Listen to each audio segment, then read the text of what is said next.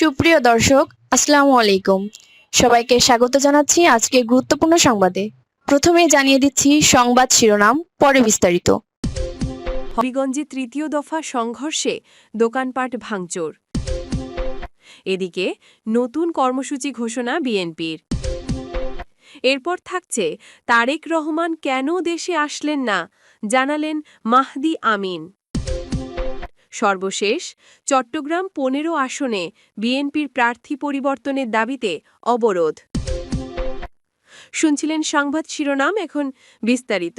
তার আগে ছোট্ট একটি আবেদন, যদি মানবতার প্রতি আপনার বিশ্বাস থাকে, যদি আপনি অন্যায়ের বিপক্ষে দাঁড়াতে চান, তাহলে আজই আমাদের পরিবারের অংশ হন। চ্যানেলটি সাবস্ক্রাইব করুন, কারণ আপনার একটি ক্লিকই হতে পারে নিপীড়িতদের পাশে দাঁড়ানোর শক্তি। আর নিচে কমেন্টে লিখুন, আমরা নীরব নই, আমরা মানবতার পক্ষে। প্রতিটি শব্দ আপনার প্রতিবাদে প্রতিধ্বনি হয়ে পৌঁছাবে গাজার শিশু, সুদানের মায়ের আর মানবতার হৃদয়ে। চলুন বেশি কথা না বাড়িয়ে বিস্তারিত জেনে নিই। হবিগঞ্জে তৃতীয় দফা সংঘর্ষে দোকানপাট ভাঙচুর। হবিগঞ্জ শহরে তৃতীয় দফায় আবারও শায়েস্তানগর ও মোহনপুর মহল্লার মধ্যে সংঘর্ষের ঘটনা ঘটেছে। বৃহস্পতিবার রাত ৯টায় তৃতীয়বারের মধ্যেই সংঘর্ষ হয়। এই সময় বেশ কয়েকটি দোকান ভাঙচুর করা হয়েছে। সংঘর্ষে পুলিশসহ অন্তত ২০ জন আহত হয়। পুলিশ ও সেনাবাহিনীর ১ ঘণ্টার যৌথ হস্তক্ষেপে পরিস্থিতি নিয়ন্ত্রণে আসে। আহতদের উদ্ধার করে সদর আধুনিক হাসপাতালে চিকিৎসা দেওয়া হয়েছে। সদর মডেল থানার অফিসার ইনচার্জ শাহাবুদ্দিন শাহিন বিষয়টি নিশ্চিত করে বলেন, বর্তমানে পরিস্থিতি শান্ত আছে। প্রত্যক্ষদর্শীরা জানায়, গত কয়েকদিন ধরে শায়েস্তানগরে মহব্বত কমিউনিটি সেন্টারে নারী উদ্যোক্তা মেলা চলছে। মেলায় বুধবার সন্ধ্যা রাতে পটকা ফাটানো নিয়ে শায়েস্তানগর ও মোহনপুর এলাকার দুদল তরুণের মধ্যে ঝগড়া হয়। রাত ১১টার দিকে তাদের পক্ষ নিয়ে দুই এলাকাবাসী সংঘর্ষে লিপ্ত হয়। খবর পেয়ে সেনাবাহিনী ও সদর মডেল থানা পুলিশ ঘটনাস্থলে পৌঁছে রাত ১৫টার দিকে দুই পক্ষকে ছত্রভঙ্গ করে পরিস্থিতি নিয়ন্ত্রণ করে। এই ঘটনার জের ধরে বৃহস্পতিবার বিকেলে ফের উভয় এলাকার লোকজন সংঘর্ষে জড়িয়ে পড়ে। পুলিশ ও সেনাবাহিনী গিয়ে পরিস্থিতি নিয়ন্ত্রণ করে। রাত ৯টার দিকে তৃতীয়বারের মতো ফের তারা সংঘর্ষে লিপ্ত হয়। এই সময় বেশ কয়েকটি দোকানপাট ভাঙচুর করা হয়, ফলে এলাকাবাসীর মধ্যে আতঙ্ক বিরাজ করছে। এদিকে নতুন কর্মসূচি ঘোষণা বিএনপির।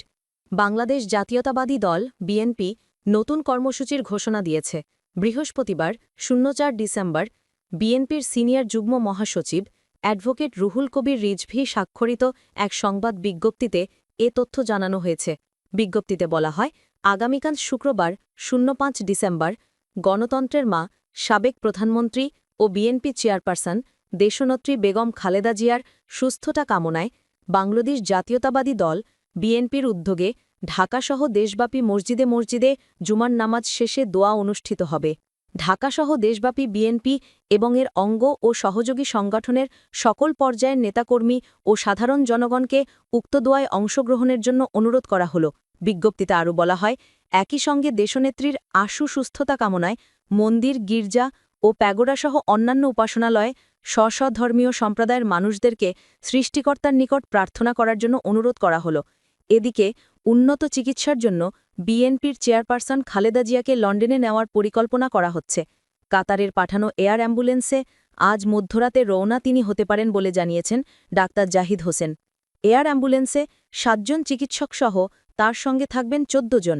এরা হলেন পুত্রবধূ সৈয়দা শামিলা রহমান, ডাক্তার জাহিদ হোসেন, ডাক্তার এনামুল হক চৌধুরী, চেয়ারপারসনের উপদেষ্টা doctor Fakhruddin Mohammad Siddiqui, doctor Shahabuddin Talukdar, doctor Mohammad Zafar Iqbal, doctor Mohammad Al Mamun, Hasan Shahriar Iqbal SSF, Syed Shamin Mahfuz SSF, Abdul Hai Mallick ভারপ্রাপ্ত চেয়ারম্যানের সহকারী, মাসুদের Rahman assistant private secretary, Fatema Begum গৃহকর্মী, রূপা শিকদার গৃহকর্মী।